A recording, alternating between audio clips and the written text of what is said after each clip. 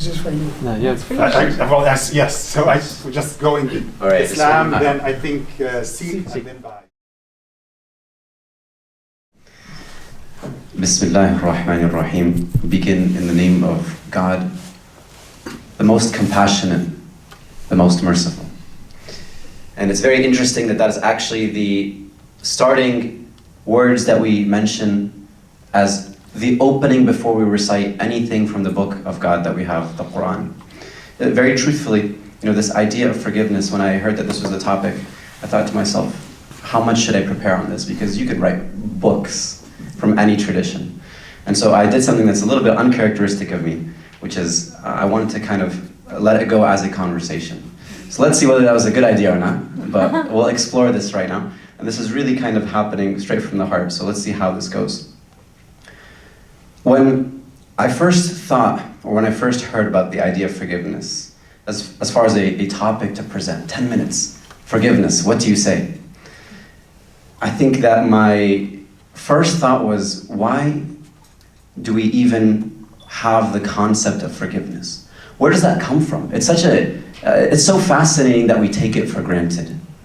Imagine you have a scenario where you have a child who maybe goes outside, they take some string and some toys, or they grab some leaves, and they make themselves a little doll, and then maybe they're bored at the end of the day and they just break the doll in half and they go back inside. Now, would we, as parents, tell that child, why would you do that? Go and apologize. Maybe we would teach them a level of empathy. Or maybe if they did something like, they have anything that they own and they might have damaged it by accident, would we say that that warrants asking for forgiveness? And so it's an interesting idea. Why do some things elicit that feeling inside of us where we think to ourselves, I need to be forgiven. I need to be cleansed of what I have just done. What marks that boundary between one action and another? I really like the definition of sin according to the Judaic tradition and according to Hebrew, to miss the mark. I think that's very profound. It's beautiful because it speaks to something that just intuitively feels right that we have difficulty articulating. And even within the language of Arabic, we have so many words that are utilized when it comes to making a mistake. When it comes to making a mistake. And one of those words in particular is the word dhulm. Now, dhulm isn't exactly to make a mistake, but what it means in its very literal or lexical definition is when you put something in the place that it's not supposed to be in. And I find that to be a very good shorthand to think about what makes me want forgiveness. Is that I have done something that should not have been done. Or in a way that it should not have been done. Or maybe at a time where it should not have been done. Or to a person it shouldn't have been done to. And so we have within the Islamic tradition this understanding that when you make a mistake, really what is happening is the individual that is performing the action is really the one that ends up suffering as a result of the action. You have many verses in the Quran to this effect, where God actually tells us, وَمَا ظَلَمَهُمُ اللَّهُ, that those people who have done all sorts of atrocities, or they have blasphemed or said something about God that was not appropriate, God says in response, they have not in reality done wrong or harm to God. وَلَكِنْ كَانُوا أَنفُسَهُمْ يَظْلِمُونَ. Rather, the reality is that their own souls have been damaged in the process. They have only hurt themselves through their actions. And so when we understand from that perspective, the idea of forgiveness starts to take a little bit more shape.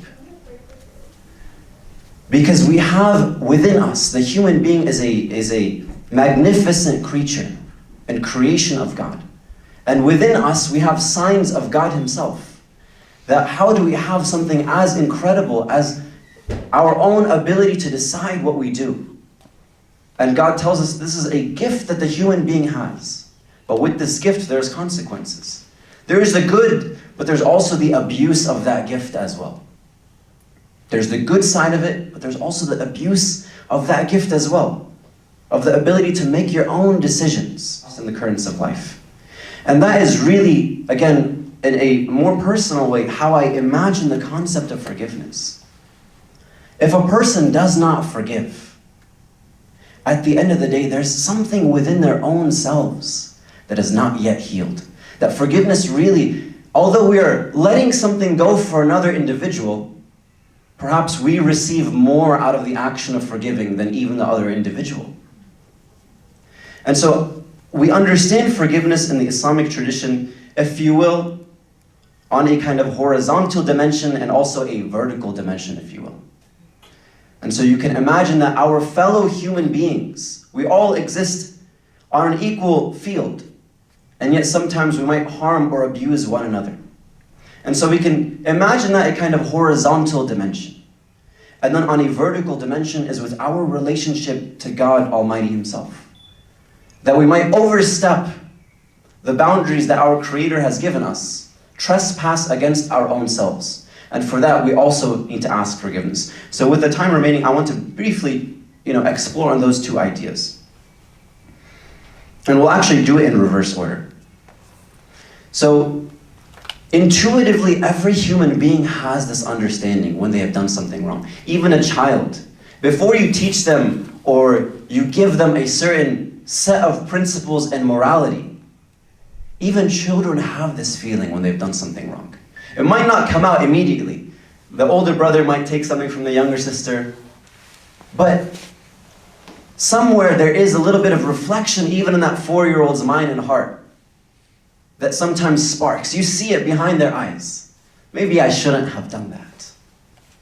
And so for many actions, even without having a codified set of rules, do this, stay away from this, stay away from that, the human being naturally has a compass, if you will, that tries to point him or her back towards God.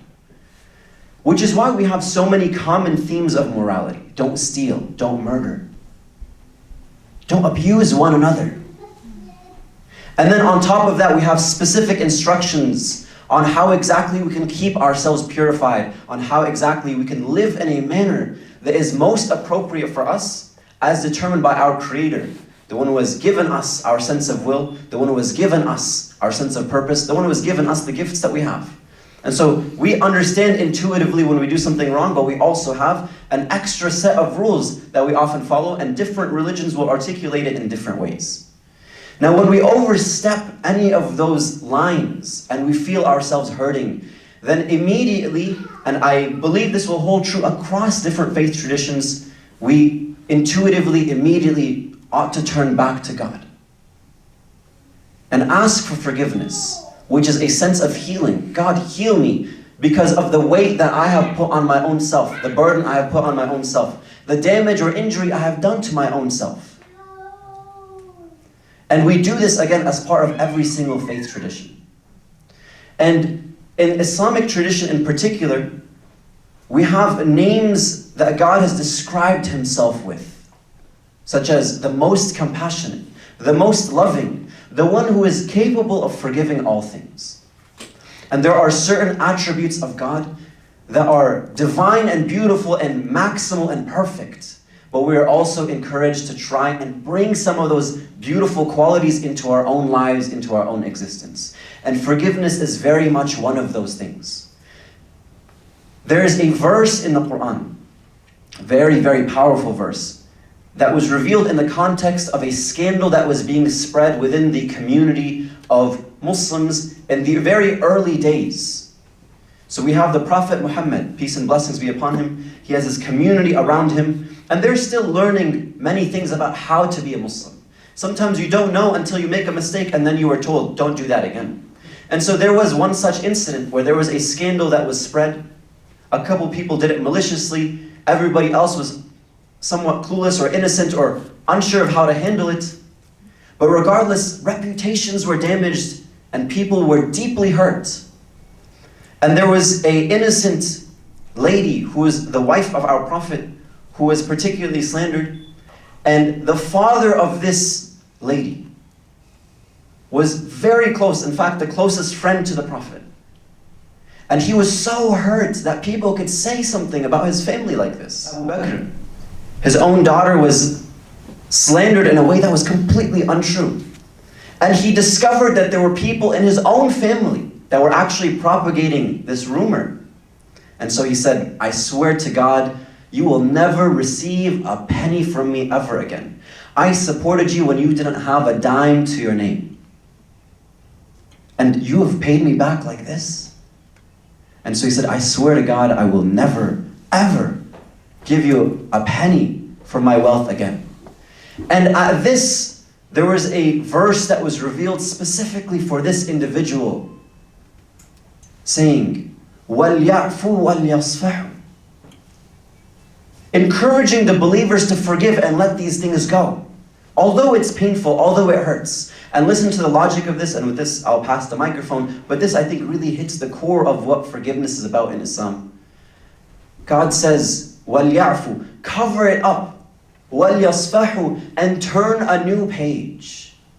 أَلَا تُحِبُّونَ أَن يَغْفِرَ اللَّهُ لَكُمْ, wouldn't you love for God to forgive you? And so that really is the essence of forgiveness within the Islamic faith. Is that as human beings, we try our best, but we're susceptible to falling. We know when we accidentally go off course. The GPS is telling us to go in a direction, and we still miss that turn. And that's part of being human. But the appropriate action is not despair, and it's not to submerge those feelings. Rather, we turn to God, who has given us the gift of forgiveness hand in hand with the ability to make our own decisions, and we similarly extend that graciousness and forgiveness to our fellow brothers and sisters in humanity.